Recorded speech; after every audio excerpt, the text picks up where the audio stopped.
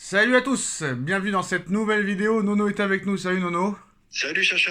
Bon, PSG lance, 17h. Pour ceux qui n'ont pas d'Azon, bonne nouvelle, c'est sur Beansport. Pour une fois, on va pouvoir suivre le match à 17h, débrief à 19h. Bon Nono, très clairement, PSG lance, on espère très clairement voir le même visage que contre Marseille. Parce que si tu fais pas le même match que contre Marseille, ça voudrait rien dire. Donc on attend quand même une prestation qui ressemblerait à celle de Marseille la semaine dernière. Sacha, non seulement on attend une confirmation, et puis comme je le dis souvent, rappelle-toi les joueurs Monaco, ce qu'ils ont dit. On voit pas une équipe plus forte que nous. Hier, ils perdent 1-0 contre Angers. Donc voilà, tu gagnes ce soir, ça fait 6 points d'écart, et c'est bien parti, quoi. Alors ça tombe bien que tu tombes là-dessus, Nono, que tu parles de ça, parce que on en a parlé la semaine dernière. C'est Monsieur Ben Seguir qui a dit qu'il ne voyait personne plus fort que l'AS Monaco à l'heure actuelle. Et depuis qu'il a dit ça, Nono, défaite contre Nice, 2-1, et défaite hier contre Angers, 1-0. Angers qui est lanterne rouge. Des fois, Nono, il faut mieux se taire avant de parler ou garder ses propos dans sa poche. Entièrement d'accord, entièrement d'accord. Et Angers est surprenant. Angers qui va faire match nul à Marseille, qui va battre Monaco. Donc, faudra faire attention à eux. Quand on croit que c'est des matchs faciles, ça peut être plus difficile que prévu. Voilà, de parler trop vite, voilà ce qui t'arrive. En plus, ça a été une purge de chez purge. Paris, faut enfoncer le clou, faut avoir les 3 points ce soir. Tu es à 6 et en pensant que Marseille a un match difficile à Nantes demain. Alors Nono, j'ai pas pu m'empêcher de lui envoyer un message sur Instagram à Ben Seguir, il me répondra pas mais je le montre en vidéo, là voilà, je lui ai envoyé un petit message sympathique, je sais pas si vous voyez à l'écran, je sais pas si ça fait focus ou pas, je lui ai je lui ai clairement demandé, je pensais que personne n'était plus fort que vous. Moi je pense qu'il me répondra pas Nono, mais bon, je vais lui envoyer un petit message, on sait jamais s'il répond, voilà, voilà. T'as bien fait, t'as bien fait. Voilà. Ce qui est surprenant, c'est ces clubs qui explosent en Ligue des Champions, galèrent, n'exagérons pas, ont du mal en Ligue 1. Monaco, 2 matchs consécutifs décevants. Lille qui n'arrive pas à gagner non plus contre Lyon. Alors tu comprends plus rien. Ouais mais On va pas Lille au moins ne perd pas.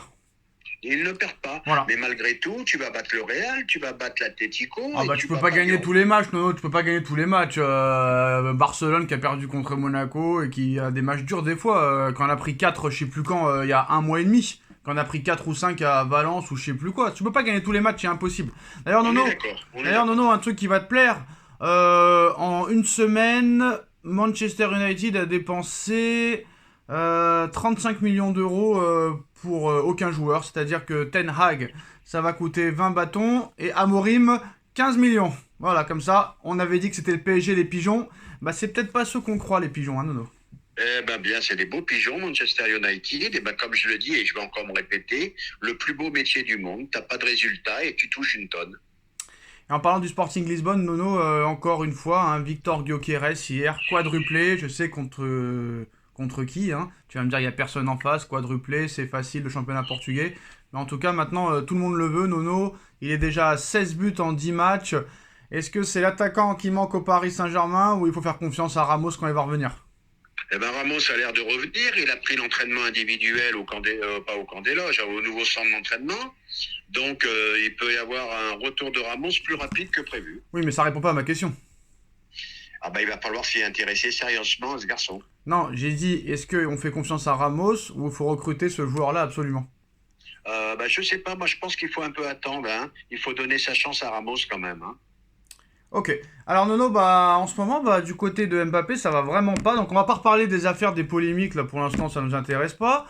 On a vu des tensions entre lui et Vinicius, où il n'y a pas eu de réaction par rapport à sa non-victoire au Ballon d'Or, et qu'apparemment maintenant Monsieur Vinicius voudrait partir l'été prochain ou en 2026. C'est ce qui s'est dit. On a vu hier, Nono, je sais pas si tu as vu la vidéo à l'entraînement, vu que le match a été reporté, le match contre Valence, ils se sont entraînés hier. Et Rudiger a voulu lui casser la jambe, Nono. On le voit bien sur la vidéo, Il a voulu le fracasser. Je sais pas c'était quoi l'intérêt. Est-ce qu'il énerve ou est-ce que autre chose, mais je sais pas si tu l'as vu. Et là maintenant, il y aurait des problèmes aussi avec Bellingham, mauvaise connexion qui pèse sur l'attaque.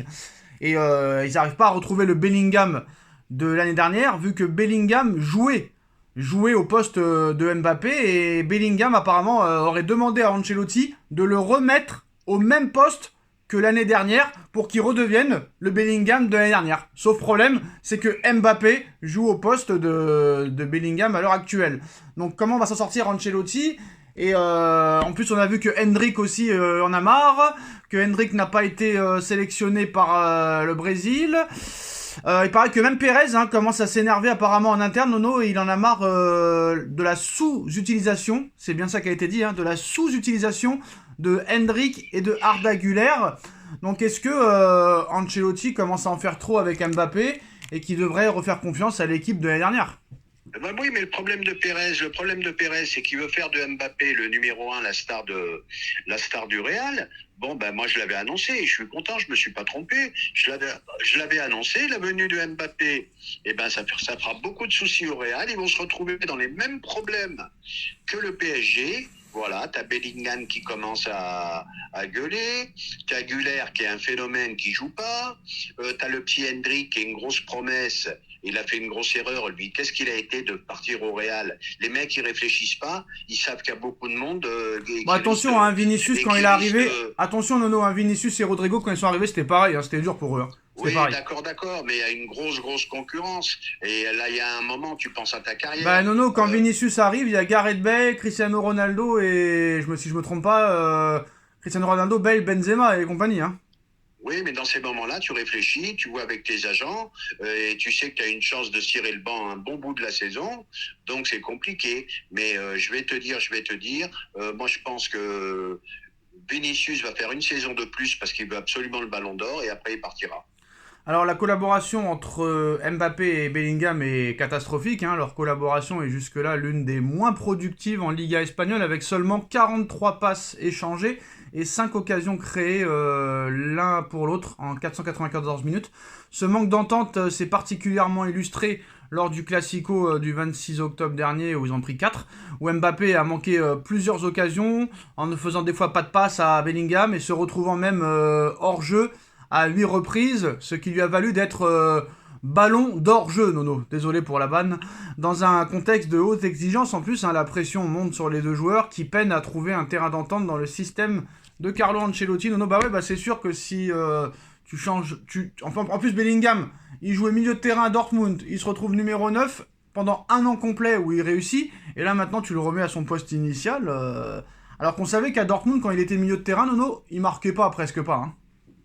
Eh ben, je vais te dire, le problème, c'est Mbappé, tout simplement. Voilà, Bellingham, c'est des joueurs qui ont des égos tous démesurés. Il y en a 3 qui veulent le Ballon d'Or, Bellingham, Mbappé, Vinicius. Donc, c'est obligé qu'il y ait une cohabitation qui est pas bonne. D'accord. Et pour finir, je crois que c'est tout pour le moment. Voilà, Nono. Merci d'avoir regardé cette vidéo et on se retrouve pour le débrief tout à l'heure. Tchuss. Tchuss.